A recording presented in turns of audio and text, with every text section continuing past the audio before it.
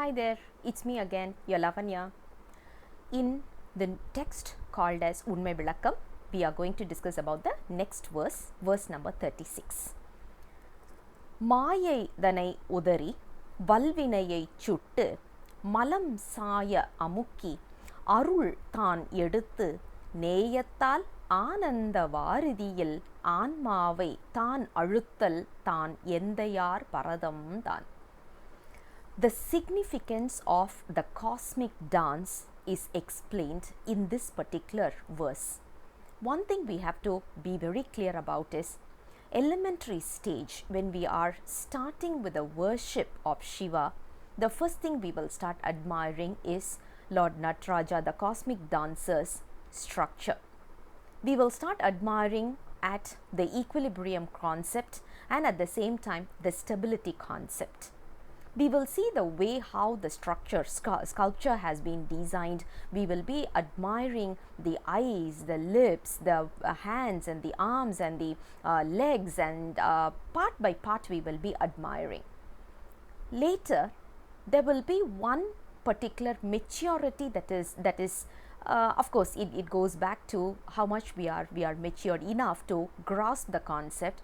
That is where we will need to start seeing cosmic dancer in the form of mantra, like what we were discussing earlier. Theoretically we may know, but when we are looking at him, are we really able to evaluate and see the form, see the mantra? That is the next level. So learning is one thing, enjoying the bliss is another one. So right now we are learning the concept. Let this sink in slowly, and then we will be able to look at it in a different manner, totally in a different context we will be able to see. Now, after that stage of seeing the cosmic dancer in the form of mantra, we will start seeing him as the creator, as performing the 5 divine operations. Later, when we see him, we need to get into another level of mindset, which is to say, when I see his arms, which is having the drums in his hands. So if you look at it, the drums will be this kind of a movement. When we talk about this movement, it is to say that I'm shedding out. What am I shedding out? We are shedding out the maya in us. What do you mean by maya?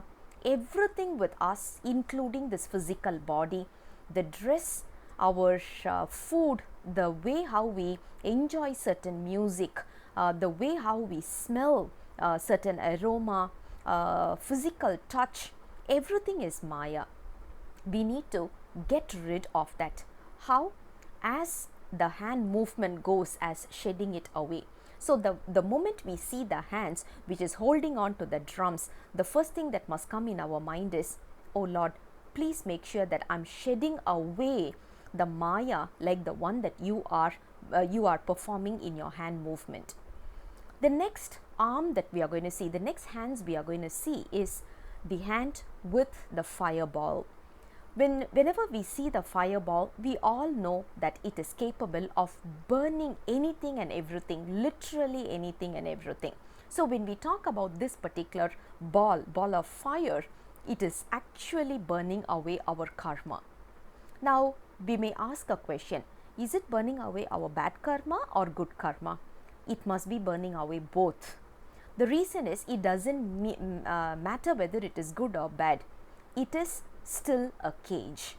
It doesn't matter whether you're putting a parrot in a golden cage or in an iron cage. It is cage end of the day. So what is limiting us is karma. And this karma, even if it is good or bad, it doesn't matter. It is limiting us, which is going to cause our rebirth. Sometimes we say, if you cause more good karma, it means your bad karma will be nullified. No, it is not that way. We need to enjoy the pleasure for the good karma, and we need to enjoy the pain or go through the suffering of the bad karma. So good karma, bad karma has got its own repercussions in us. We will be end of the day going through the good or the we will have to go through that. We have to go through that kind of a pain or a pleasure. So what Lord has to do is burn this out. That is why he is holding on to the fire in his hand, to enable in order to help our karma to be burnt down. The next one when we see is his feet, which is his foot, which is holding on to the demon in the form of Arnava, and the demon's name we have already seen, which is called as Muyalagan. Now when you look at it, the feet which is holding on to that is nothing but our ignorance. We are not going to talk about ignorance is bliss. Ignorance is absolutely not a bliss. So when you say it's a bliss, it is again ignorance. So when we say ignorance, it must be shed away from us. It cannot be 100% shed out. That is the reason he is standing on top of it and pressing it to the floor in such a way that it doesn't come forward, it doesn't come up. Okay, what are the other areas that we have to look up for? Is obviously the feet that is swaying. The feet that is swaying is the most important one for any soul, because end of the day what we want is to stay under that swaying feet, and that is what we call it as realization. And the way how the text explains is beautiful, as in they say Arul, thaan, eduthu, which means the entire concept of grace, mercy, compassion, whatever you want to call it, those are all going to be in his swaying feet. Now the swaying foot that we are looking at, that is the place we need to settle down as part of our realization. When we say realization, that is the place we need to be, and that is an endless happiness that we have to enjoy, that any soul is longing to enjoy. It is our prerogative. That is something we need to remember. Our prerogative is to enjoy that, just that in between karma is stopping us from getting into that stage. So what we need from the cosmic dancer is to shed away our maya, to burn out our karma, and to hold on to our ignorance in a way that it doesn't come up anytime again, and give us the blissful state. So when you see the cosmic dancer next time, I'm sure the way how you visualize him will be totally different. With this, we are concluding verse number 36. I'll come back again with the next verse. Until then, bye-bye.